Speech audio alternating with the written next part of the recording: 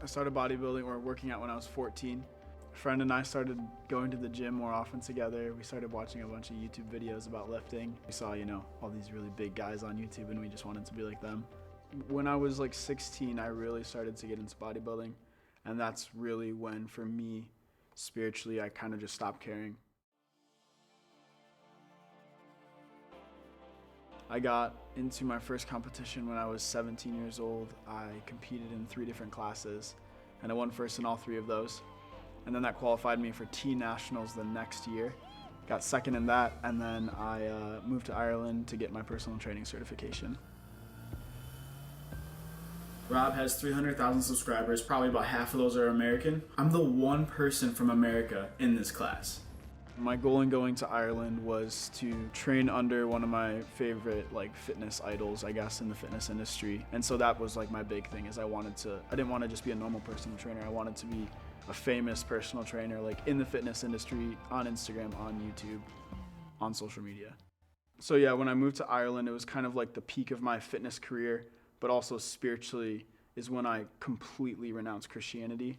I really just wanted to get away from all the influences, the Christian influences I had in my life.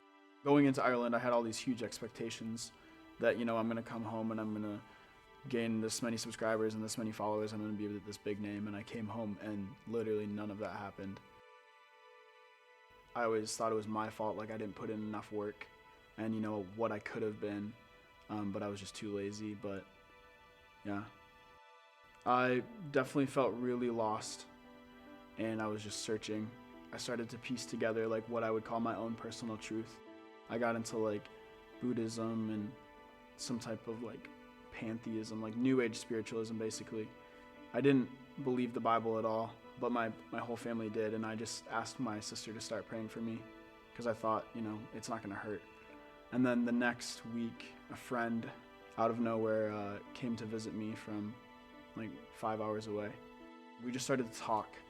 And I just started to tell him what my worldview was, and he started to share with me what his worldview was. It was the first time that it seemed like someone didn't respond in shock or they didn't know how to respond. He just responded with grace, and he was like, oh wow, thanks for telling me, bro. I really appreciate that. And then we started talking about just God and his perfection and the glory of God. And he compared God to Mount Everest, and he said, you thinking that you're good with God is like walking up to Mount Everest with your high school diploma and saying, this high school diploma means that I can climb you. There's just no correlation between the two things. As we were talking about it, there's just this click in my head, and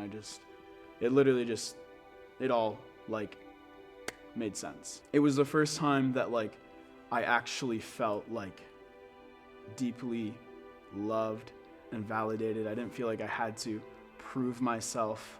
My whole life I'd been trying to look a certain way or have all these followers that would praise me or get all these likes.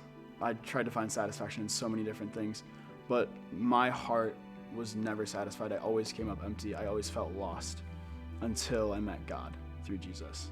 Truly, your heart will never be satisfied until you meet the infinite love of God.